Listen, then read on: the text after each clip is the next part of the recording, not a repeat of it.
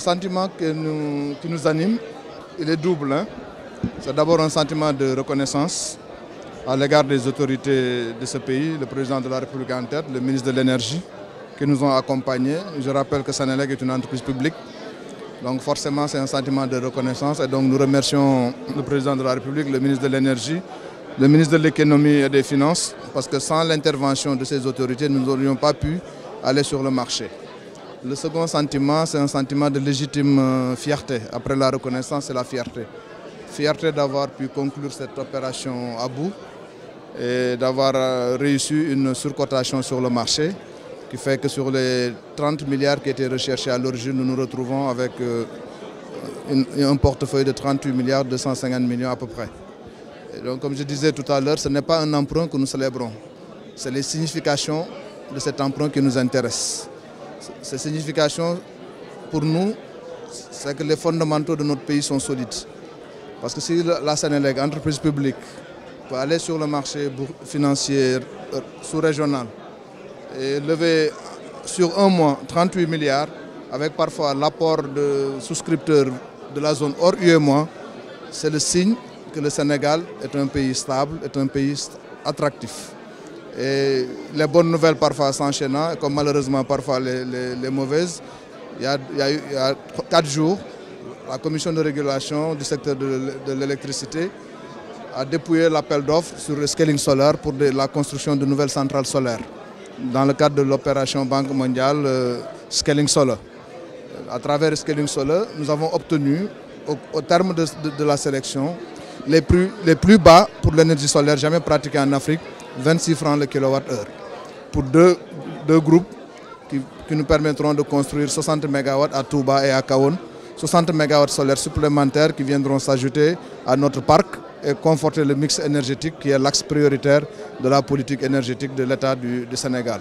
Et donc c'est une légitime fierté. Je disais donc c'est l'attractivité de notre pays que nous célébrons et c'est également la confiance retrouvée en Senelec, cette entreprise publique, cette entreprise nationale, patrimoine de tous les Sénégalais, qui doit vivre, qui doit se développer, qui doit rester performante. Et des actions de ce type nous permettent de réussir cet objectif qui est de mettre à la disposition des Sénégalais une électricité de qualité et de travailler à travers un mix énergétique intelligent à la baisse des coûts de production et donc demain des coûts de vente. Parce qu'après avoir relevé le défi de la disponibilité de l'électricité, on aura toujours des coupures, comme je dis souvent, il y aura toujours des pannes, il y aura toujours des interruptions de service. Mais ce qui est évident, c'est qu'on veut banaliser la fourniture de l'électricité. On veut la banaliser comme dans un pays normal, dans le pays normal que nous sommes. La fourniture de l'électricité doit être un service banalisé qui ne doit pas attirer l'attention outre mesure et que Senelec devienne une entreprise normale, qu'on oublie, dont on ne parle que pour annoncer les bonnes nouvelles comme aujourd'hui. Mais je disais donc, au-delà de la disponibilité de l'électricité, pour les ménages et pour les entreprises, l'élément le plus déterminant pour nous aujourd'hui, qui est notre perspective, qui est la finalité du plan ISAL Senelec 2020, c'est de faire de l'électricité un facteur de compétitivité pour l'économie nationale. Le secrétaire permanent à l'énergie l'a dit tout à l'heure. Nous ne pouvons pas nous payer le luxe d'avoir des gisements de gaz énormes qui nous placent dans le top 10 mondial à la limite et ne pas faire de notre pays un hub énergétique. Nous aurions failli à notre mission si nous ne réussissons pas cela. Et pour ce faire, il faut bien qu'il y ait un opérateur aux normes qui s'appelle Senelec, qui rassure et qui assure. Cela est extrêmement important.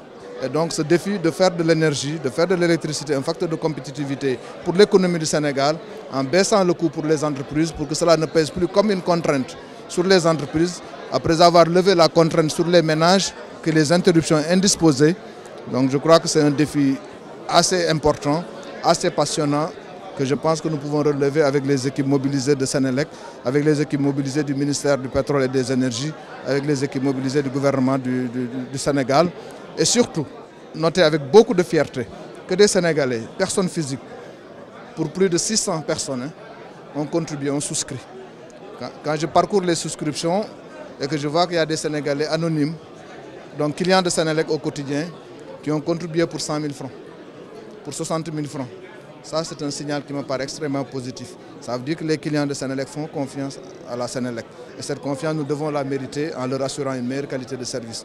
Quand je vois que les personnels de Senelec, les associations et même les syndicats, qui souvent sont très frondeurs, ont participé à cet emprunt en mobilisant des fonds de leurs syndicats pour contribuer, ça veut dire qu'ils ont un patriotisme d'entreprise. Et je voudrais les remercier pour cela.